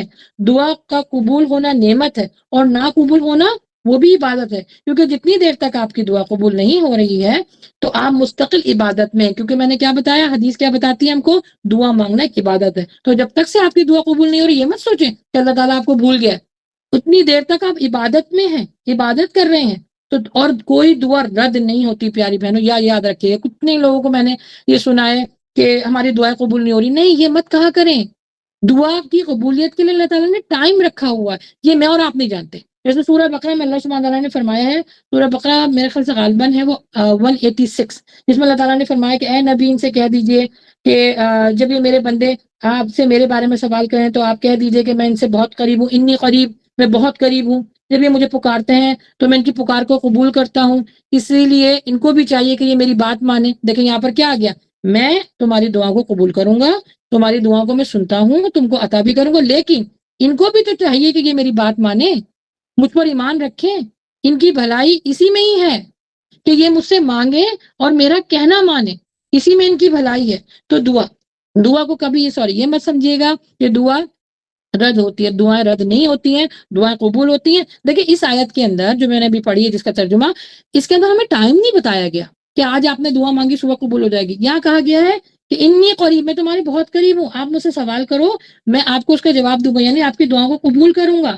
ہر پکارنے والی کی دعاؤں کو میں سنتا ہوں، قبول کرتا ہوں۔ یہاں پہ بتایا قبول کرتا ہوں۔ اس وقت تو وقتوں کے اندر مت پڑا کریں۔ آپ کہتے ہیں کہ اس وقت پہ یا اس وقت میری دعا قبول کیوں نہیں ہوئی؟ بھائی بہتر نہیں ہوگا نا، اللہ سبحانہ تعالیٰ نے آپ کے لیے اس میں بہترائی نہیں رکھی ہوگی۔ جب ہے ہی نہیں اس کے اندر بہتر، تو اللہ آپ کو کیسے دے گا؟ کیونکہ ہم نے کیا بھی پہلے جانا ہے کہ خیر کی دعا مانگا کریں، آسانی کی دعا مانگا کریں۔ کچھ چیزیں آپ کو مل تو جاتی ہیں، لیکن اگر اس کے اندر خیر نہیں ہوگی تو وہ آپ کے لیے بجائے اچھا ہونے کے برا ہوتا ہے۔ تو اس لیے اللہ سے مانگنے کے جو طریقے ہیں، جو نبی صلی اللہ علیہ وسلم نے ہمیں بتائے ہیں، کن الفاظوں کے ساتھ، کس وقت، کس طرح مانگنا ہے، ان کو بھی سیکھنا بہت ضروری ہے۔ اگین علم حاصل کیجئے، یہ چھوٹی چھوٹی چیزوں کا علم حاصل کریں گے، یہ علم جتنی دیر تک آپ حاصل کریں گے، آپ اللہ کی راہ میں جہاد کر رہے ہیں۔ ہر چیز کا علم حاصل کرنا ہمارے اوپر کیونکہ ویسے بھی فرض بتایا گیا ہے۔ پھر دعا مانگنے کے بعد کبھی مایوس مت ہو، کبھی مایوس نہ ہو کہ میری دعا قبول کیوں نہیں ہو رہی ہے، کیونکہ مایوسی کے نا نقصانات ہیں، انسان کمزور ہو جاتا ہے، دل میں جو ہے وہ سکون اس کا ختم ہو جاتا ہے، عبادت میں سستی ہونے لگتی ہے، پھر انسان خود غرض ہو جاتا ہے، سنگ دل سا ہو جاتا ہے، نیکی کے کام نہیں کرتا، اس کے لیے پیچھے رہتا ہے، اس کا دل گھبراتا ہے، ایمان اس کا ختم ہونے لگتا ہے، اللہ پر توکل ختم ہو جاتا ہے۔ مایوسی ویسے بھی کفر ہے، جب بھی زندگی میں کوئی مشکل پریشانی آئے تو فوراً اس کی آسانی جان لیا کریں، کیونکہ قرآن مجید میں ہے نا کہ ہر مشکل کے بعد آسانی ہے، ہر رات کے بعد صبح ہے۔ دیکھیں رات پرولونگ ہو سکتی ہے، فار ایور نہیں ہو سکتی ہے، رات کو ٹلنا ہوتا ہے، ہر خوشی کے بعد غمی اور ہر غمی کے بعد خوشی ہے، یہ اللہ کا سسٹم ہے۔ جیسے اللہ تعالیٰ نے بتایا کہ میں نے دن اور رات بنائے، میں اس کا مالک ہوں، تو اس میں جو کچھ ہمارے ساتھ ہوتا ہے اللہ تعالیٰ دیکھ رہا ہے نا۔ میں نے اپنے شروع میں بتایا کیا تھا کہ اللہ سبحانہ تعالیٰ خبر رکھنے والا ہے، اور خبر انہی چیزوں کی نا کہ ہمارے ساتھ کیا معاملات ہو رہے ہیں، ہم کس طرح عمل کر رہے ہیں، کس طرح اپنے اللہ کو راضی کر رہے ہیں، کیا گناہ کر رہے ہیں، یہ اللہ اس کا خبر رکھتا ہے، ایک ایک چیز کی خبر رکھتا ہے۔ تو میں نے جیسے بتایا کہ رات لمبی ہو سکتی ہے، ہمیشہ کے لیے نہیں ہو سکتی، صبر کیجئے، اللہ سے مدد مانگیے۔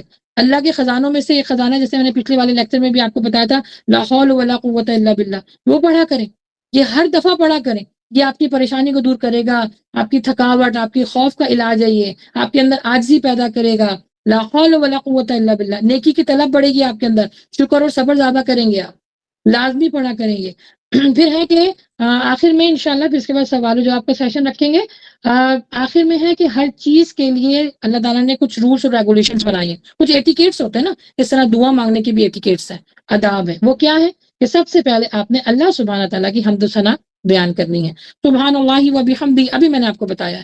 آیت الکرسی آپ پڑھ سکتی ہیں اپنی دعا کی شروعات میں، سبحان اللہ و بحمدہ عدد خلقہ جو میں پڑھتی ہوں وہ بھی پڑھ سکتی ہیں آپ، الحمدللہ۔ اس کے بعد پھر آپ درود ابراہیمی پڑھیں گی، پھر درود ابراہیمی کے بعد آپ کی جو حاجت ہے اللہ کے سامنے رکھیے، اللہ انشاءاللہ اس کو قبول فرمائیں گے۔ اب دعا کب کب قبول ہوتی ہے؟ بارش کے وقت، عرفہ کا جب روزہ دار ہوتے ہیں، طواف کرتے وقت، تہجد وقت، تہجد کی رات بڑی امپورٹنٹ ہوتی ہے، تہجد کی نماز بڑی امپورٹنٹ ہوتی ہے، اس کا ذکر قرآن مجید میں۔ اگر آپ کو کوئی چیز بھی چاہیے نا، بس تہجد میں اٹھ جائیے اور اپنے اللہ سے مانگتی رہیے، مانگتی رہیے۔ صحابہ نے جب یہ سنا نا کہ ہماری دعائیں جو ہے وہ اس دنیا میں بھی قبول ہوتی ہیں اور آخرت میں بھی اس کا اجر بہت زیادہ ہے، اور کوئی بھی دعا جو بھی آپ دعا مانگتے ہیں وہ رد نہیں ہوتی، وہ پھر اللہ سے مانگتے ہی رہتے تھے، کیونکہ اللہ کو مانگنا بھی بہت پسند ہے۔ تو کوئی بھی چیز کو یہ جان کر یا یہ سمجھ کے کہ نہیں میرے پاس نہیں ہو رہی ہے، یا میں اتنے سالوں سے دعا کر رہی ہوں قبول نہیں ہو رہی، دیکھیں پیغمبروں کی دعائیں کتنے سالوں، کتنی صدیوں قبول نہیں ہوئی ہیں۔ حضرت ابراہیم علیہ السلام کو بیٹا کب ملا؟ بڑھاپے میں نا، آپ ان کو دیکھ لیجیے۔ حضرت یونس علیہ السلام کو مچھلی کے پیٹ سے کب نکلے؟ واللہ عالم، ایسے نکلے کہ ان کی کھال جو ہے، کھال مبارک وہ ایسے اتر رہی تھی جیسے کہ آپ جیسے وہ چھلکا اتارتے ہیں، ایسے آرام سے ان کی نرم ہو کے پوری کھال جب وہ مچھلی سے باہر آئے ہیں۔ تو انتظار کیجئے، انتظار کریں گی اس میں بھی آپ کو اجر ہے، کیونکہ اللہ نے وعدہ کیا ہے میں دعاؤں کو رد نہیں کرتا۔ پھر جمعے کے ٹائم عصر اور مغرب کے بیچ میں، اچھا اس میں نے پڑھا تھا کہ عصر اور مغرب کے بیچ میں حضرت آدم علیہ السلام کی تخلیق ہوئی تھی اور جمعے کے دن ہی ہوئی تھی، یہ پچھلے میں نے لیکچر میں آپ کو بتایا۔ تو یہ دو چھوٹی سی جو گھڑی ہوتی ہے نا، نبی صلی اللہ علیہ وسلم نے اشارہ کر کے بتایا ہاتھ کے اشارے سے کہ اتنی چھوٹا سا یہ ٹائم ہوتا ہے، اس میں آپ کی دعا قبول ہوتی ہے۔ اچھا پھر اس کے بعد فرض نماز کے بعد جب آپ آیت الکرسی پڑھتے ہیں تب بھی آپ کی دعا قبول ہوتی ہے۔ کن کن لوگوں کی دعا قبول ہوتی ہے؟ والد کی اپنی اولاد کے حق میں، تو اپنے ہسبینڈ سے کہا کریں اپنی اولادوں کے لیے دعا مانگیں۔ مظلوم کی دعا، ہر شخص جو مظلوم ہے اس کی دعا قبول ہوگی۔ مسافر کی دعا قبول ہوتی ہے، یتیم بچہ ہو گیا، بیوہ ہو گئی، جتنے بھی مظلوم یعنی اس کیٹیگری میں آتے ہیں ان کی دعا قبول ہوتی ہے۔ اور ان لوگوں کی دعائیں قبول نہیں ہوتی جو ظالم ہوتے ہیں، دل میں کیا رکھتے ہیں، نہیں دعا نہیں ہوتی ہے۔ ایک اور اہم بات کہ جیسے میں نے آپ کو بتایا کہ دعا رد نہیں ہوتی ہے، تو اس کا وعدہ اللہ سبحانہ تعالیٰ نے سورہ بقرہ میں کیا ہے کہ میں تمہاری دعاؤں کو قبول کرتا ہوں، تمہاری دعاؤں کو قبول کرتا ہوں۔ تو سب سے بڑا حق یہی ہے کہ ہم اپنے اللہ سبحانہ تعالیٰ سے مانگیں اور دعائیں قبول ہوتی ہیں۔ لیکن اگر ایک بات میں آپ کو آخری میں سمجھاتی چلوں کہ اگر ہماری دعائیں قبول نہیں ہو رہی ہیں، آپ کو لگ رہا ہے کہ میری دعا قبول نہیں ہو رہی ہے، تو اس میں ہمارے گناہ رکاوٹ بنتے ہیں۔ اپنے گناہوں کو چیک کریں، اپنے اعمال کو چیک کیجئے، اپنے گناہوں کو چیک کیجئے، اپنے اعمال کو چیک کیجئے۔ دیکھیے ایک مثال کے ساتھ ذریعے سمجھاتی ہوں کہ سورج کی روشنی اللہ نے زمین اور زمین والوں کے لیے فائدہ مند کے لیے پیدا کی ہے، فائدہ ہوتا ہے اس سے۔ لیکن کبھی کبھی وہ سیاہ کالے بادل جو ہے وہ سورج کی روشنی کو زمین کے درمیان آنے نہیں دیتے، اس روشنی کو گھیر لیتے ہیں اور ہم اس روشنی کو نہیں دیکھ پاتے، اس فائدہ نہیں اٹھا پاتے۔ بالکل اسی طرح قرآن ہمارے لیے روشنی اور ہدایت ہے، لیکن جب ہمارے گناہوں کی نحوست ان کالے بادلوں کی طرح پڑتی ہے تو ہمارے اور اللہ کے درمیان بیچ میں رکاوٹ بن جاتے ہیں ہمارے گناہ، اور ہمیں ان سے فائدہ نہیں ہوتا، ہم ان سے فائدہ نہیں اٹھا پاتے، ہماری دعائیں قبول نہیں ہو پاتی ہیں، دعائیں رد نہیں ہوتی، لیکن اس وقت دعا قبول نہیں ہوتی کیونکہ بیچ میں آ جاتے ہیں گناہ، وہ لائٹ وہ روشنی ختم ہو جاتی ہے جس سے ہماری دعا اللہ تک پہنچتی ہے۔ تو کوئی بھی کام آپ کر رہی ہیں زندگی میں تو آپ یہ سوچ کے کیجئے کہ آپ نے اللہ سبحانہ و تعالیٰ سے کسی بھی گناہ، کوئی بھی گناہ ہے نا، آپ نے اس کو چھوڑنے کا وعدہ کرنا ہے اپنے اللہ سے، اس گناہ کو چھوڑنے کا وعدہ کریں گی تو انشاءاللہ ایک گناہ اللہ سے ڈیل کر لیں، اللہ ایک گناہ میں چھوڑ رہی ہوں، یہ تجارت کیجیے اللہ سے، میں یہ گناہ چھوڑ رہی ہوں، اللہ میرے باقی جو ہے وہ دعا کو قبول فرما لے۔ سب سے پہلے دعا ہی مانگا کر اللہ ہم سے گناہ چھڑوا دے، اللہ ہم سے گناہ چھڑوا دے، اللہ سے تجارت کیجیے، اپنا ایک گناہ چھوڑیے، اس کی اللہ سے پرومس کیجیے، آپ کی دوسری دعا اللہ سبحانہ تعالیٰ قبول فرما لیں گے۔ دوسرا طریقہ بہترین ہے یہی کرنے کا۔ تو بس دعا یہی ہے کہ اللہ سبحانہ و تعالیٰ ہم سب کے اوپر اپنا خاص رحم و کرم کرے، جو کچھ پڑھا ہے پڑھایا ہے اللہ اپنا بارگاہ میں قبول فرما لے، اور اللہ سبحانہ و تعالیٰ ہم سب کے اوپر اپنا خاص رحم و کرم فرمائے۔ وآخر دعوانا الحمدللہ رب العالمین۔ آمین، جی اگر جزاکم اللہ خیرا، جزاک اللہ واسع جزاک اللہ جی خیر اگر کثیرا۔ آمین رب کسی اور کا العالمین۔ سوال ہے، کچھ پوچھنا چاہتے ہیں تو موسٹ ویلکم، یا کچھ کہنا آگے چاہتی آپ ہیں؟ نے جی میرے لیے دعا کرنی، اللہ تعالیٰ مجھے صحت دے۔ آج بڑی مشکل سے لیسن سنا ہے، میں نے بیٹھا بھی نہیں جا رہا، تو میں نے سوال اللہ تعالیٰ کرنا آپ تھا۔ کو آمین آمین۔ میں نے یہ پوچھنا تھا کہ جیسے یہ موسم ہے نا بارش کا یا اس طرح سے، اور مجھے بہت زیادہ پسینہ آتا ہے، مطلب ادھر جی سے جی کپڑے چینج کرتے ہیں اور پھر پسینہ آ جاتا ہے، تھوڑی دیر بعد ہی نہا کے بھی نکلے تو پھر پسینہ آ جاتا ہے، اور اے سی وغیرہ بھی نہیں ہے، پنکھے کے نیچے بھی مجھے پسینہ آ رہا ہوتا ہے، تو اچھا کیا آپ نا کپڑے بار بار چینج کریں نماز کے لیے؟ جیسے ہم نے صاف ہے ہمارے کپڑے، مطلب کہ جیسے رات کو پہنے نہا کر، تو ایک دن پورے دن میں ہم نماز ان کپڑوں سے ادا کر سکتے ہیں؟ پسینے والے کپڑوں میں بالکل کر سکتے ہیں، دیکھیں پسینہ ناپاک ہاں نہیں جی ہوتا، ہاں، اور اگر کوئی آپ کی سچویشن ہو جاتی ہے جیسے کوئی ودی یا مزی یا اس طرح کی کوئی چیز نہیں نکلتی ہے، نجاست جی نکلتی ہے، تو وہ اس کے لیے پھر آپ کو دوسرا حکم ہوگا، لیکن پسینہ ناپاک نہیں ہے، پسینے میں آپ جو ہے وہ وضو جی کر کے آپ نماز پڑھ سکتے ہیں انہیں کپڑوں میں۔ جی، وہ جیسے نماز پڑھی ہوتی ہے نا بہت زیادہ گرمی لگتی ہے اس قدر کہ میرا دل گھبرانے لگ جاتا نماز میں، اور ہاں تو بس آج ہاں دیکھیں اگین وہی بات ہے کہ جب انسان بیمار ہوتا ہے نا تو اللہ سبحانہ تعالیٰ اس کے گناہوں کو جھاڑتا ہے نا، تو اگر جی آپ اس وقت بیمار ہیں تو اپنے لیے سب کے لیے دعا کیجیے اور نماز نہ آمین۔ چھوڑیں، یہ نہیں کیونکہ نہیں اس طرح الحمدللہ، نماز تو پسینے اللہ آتے کے فضل و کرم۔ جی جی، الحمدللہ الحمدللہ تو نہیں پڑھ نماز تو سکتے الحمدللہ بچپن سے ہم پڑھے، ہاں جی آپ پڑھ سکتے جی جی۔ آمین اب جی بس دعا کیجیے اللہ تعالیٰ ہمیں پابندی عطا فرمائے، اور اللہ تعالیٰ اچھی نماز پڑھنے کی توفیق دے، قرآن پڑھنے کی اور اس پر عمل آمین کرنے کی۔ آمین جزاک آمین اللہ یا رب واسع۔ العالمین۔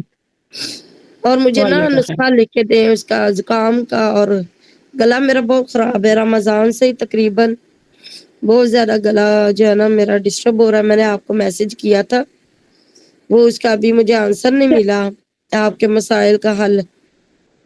اچھا میں انشاءاللہ دیکھ لوں گی، اصل میں مصروفیات کی وجہ سے بعض دفعہ ہو جاتا جی ہے۔ ابھی میں آپ کو بتا دیتی ہوں، آپ ابھی اگر حلق خراب ہے تو آپ ادرک کی چائے پئیں، یہ جو ٹی پئیں وہ پی رہی ہوں بہترین ہے، جی، ادرک ہاں کی بس بھی، وہ پیتی ادرک رہیے۔ بادیان، اور میں دار چینی، چھوٹی الائچی اور اور اس میں قہوے شہد بھی کے ڈال 2 دیجیے، 4 ڈنڈیاں، شہد نہیں ہے، میں نے شکر ڈالی تھی۔ چلیں شہد کا بھی استعمال اچھا ہے، لیکن ہاں یہ پیتی رہیے، انشاءاللہ فائدہ ہوگا، انشاءاللہ اللہ تعالیٰ آپ کو جی صحت کاملہ عطا فرمائے۔ جی اور کسی کا سوال کوئی ہینڈ ریز ہوا ہوا ہے؟ جی اپی مجھے پوچھنا تھا، جی جی جی اب میں یہ پوچھ رہی تھی آپ کہ گھر میں ڈال رکھ سکتے ہیں کیا؟ جیسے بیٹی ہے اس کی ڈالز ہے تو وہ رکھنا منع ہے یا رکھ سکتے ہیں؟ جی جی بالکل رکھ سکتے ہیں. دیکھیں ڈال اللہ کے نبی صلی اللہ علیہ وسلم نے جب حضرت عائشہ سے نکاح کیا تھا تو وہ اپنی گڑیا لے کر آئی تھی، وہ گڑیوں سے کھیلتی تھی. تو نبی صلی اللہ علیہ وسلم ایک دن جب تشریف لا رہے تھے تو وہ اپنی سہیلیوں کے ساتھ گڑیوں سے کھیل رہی تھی. تو انہوں نے جو ہے صحیح بخاری کی کافی لمبی حدیث ہے، تو انہوں نے وہ گڑیا جو ہے نا جلدی پیچھے چھپا لیا اپنے. تو نبی صلی اللہ علیہ وسلم مسکرانے لگے کہ عائشہ کیا ہے تمہارے پاس؟ تو انہوں نے دکھایا، ان کو کھیلتی رہو. گڑیوں سے کھیلنا حضرت عائشہ بھی کھیلا کرتی تھی. ہاں یہ ہے کہ ان کو سجانا، ان کو کمرے میں بالکل اچھے عزت والے مقام پہ رکھنا، نہیں ایسا نہیں. بس ان کو آپ زمین پہ پڑے رہنے، بچیاں کھیلتی ہیں بالکل کھیلنے دیجیے. حضرت عائشہ کھیلا کرتی تھی بالکل الحمدللہ. جی میں نے یہی پڑھا تھا کہ حضرت عائشہ کے پاس بھی گڑیا تھی، اس لیے میں نے یہ سوال مطلب میں نے آپ سے کیا کہ یہ صحیح ہے یا مطلب اس لیے. اچھا پھر ایک چیز اور پوچھنی تھی، نماز. مقام پہ مت رکھیں. جیسے کہ ہمارے یہاں عموماً جو رواج ہے کہ بچوں کے کھلونے ایک شوکیس میں یا ایک وہ الماری بنا کے اور اس میں کبڈ میں اوپر رکھ دیے جاتے ہیں. چلو حفاظت کے لیے آپ رکھیں کہ اس کو آپ بچے آپ کے زیادہ استعمال کریں، لیکن عزت کا مقام اس کو مت دیں.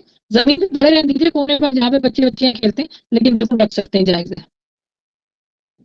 اچھا جی جس سوری. روم میں وہ رکھی ہوتی ہے وہاں نماز وغیرہ ادا کر سکتے ہیں؟ جی جی بالکل، آپ اس کو کونے میں کر دیں، اپنے پیچھے کر دیجیے، اس پہ کپڑا ڈال دیجیے، اس کو پیچھے کر دیجیے، اس کو کسی سے چھپا دیجیے، بالکل کر سکتے ہیں. بالکل اچھا جائز. ٹھیک ہے. اچھا پھر ایک چیز اور پوچھنی تھی کہ نماز میں جو سجدہ کرتے ہیں وہ مجھے پوچھنا تھا. سجدہ ہمیں بالکل، کچھ لوگ کہتے ہیں کہ بالکل زمین سے لگ کے کرنا چاہیے، مطلب اور ویسے پتہ چلتا ہے کہ اٹھا ہوا سجدہ کرنا چاہیے، ہمیں 7 ہڈی صرف زمین پہ ٹچ ہونی چاہیے.